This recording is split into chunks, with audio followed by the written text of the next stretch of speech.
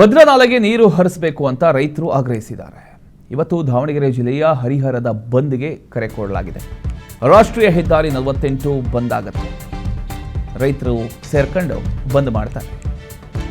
August 18ರ ICC ಸಭೆಯಲ್ಲಿ ನಿರ್ಣಯ ಕೈಗೊಳ್ಳದ ಹಿನ್ನೆಲೆಯಲ್ಲಿ ಭದ್ರಾ ಅಚ್ಚುಕಟ್ಟು ಪ್ರದೇಶದ ರೈತರಿಂದ ಈಗ ಬಂದ್ಗೆ ಕರೆ ಕೊಟ್ಟಿದ್ದಾರೆ.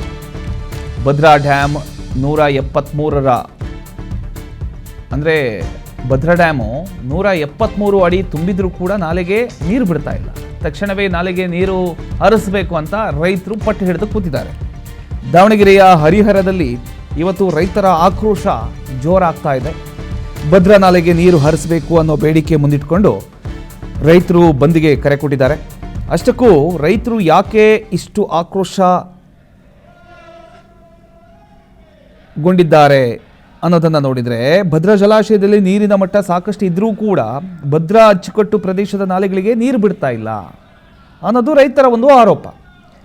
ಭದ್ರಾ ಡ್ಯಾಮ್ ಸುಮಾರು 173 ಅಡಿ ತುಂಬಿದ್ರೂ ಕೂಡ ನಾಲೆಗೆ ನೀರು ಹರಿಸೋ ಬಗ್ಗೆ ಸರ್ಕಾರದಿಂದ ಒಂದು ಸೂಕ್ತ ನಿರ್ಧಾರ ಆಗಿಲ್ಲ ಅಂತ ರೈತರು ಅಸಮಾಧಾನ ವ್ಯಕ್ತಪಡಿಸಿದ್ದಾರೆ. ಇನ್ನು ಇದೇ ವಿಚಾರವಾಗಿ ಆಗಸ್ಟ್ 18ರಂದು ನಡೆದಂಥ ಐಸಿಸಿ ಸಭೆಯಲ್ಲೂ ಕೂಡ ಯಾವುದೇ ಒಂದು ಸ್ಪಷ್ಟ ನಿರ್ಣಯ ಕೈಗೊಳ್ಳಲಾಗಿಲ್ಲ ಅನ್ನೋದು ರೈತರ ಇನ್ನೊಂದು ಆಕ್ರೋಶ. ಹೀಗಾಗಿ ಇವತ್ತು ಹರಿಹರದಲ್ಲಿ ರೈತರು ರಸ್ತೆಗೆ ಇಳಿದು ಪ್ರತಿಭಟನೆ ನಡೆಸ್ತಾ ಇದ್ದಾರೆ. ರಾಷ್ಟ್ರೀಯ ಹೆದ್ದಾರಿ 48 ಕೂಡ ಬಂದ್ ಮಾಡಿ ಸರ್ಕಾರದ ಗಮನ ಸೆಳೆಯ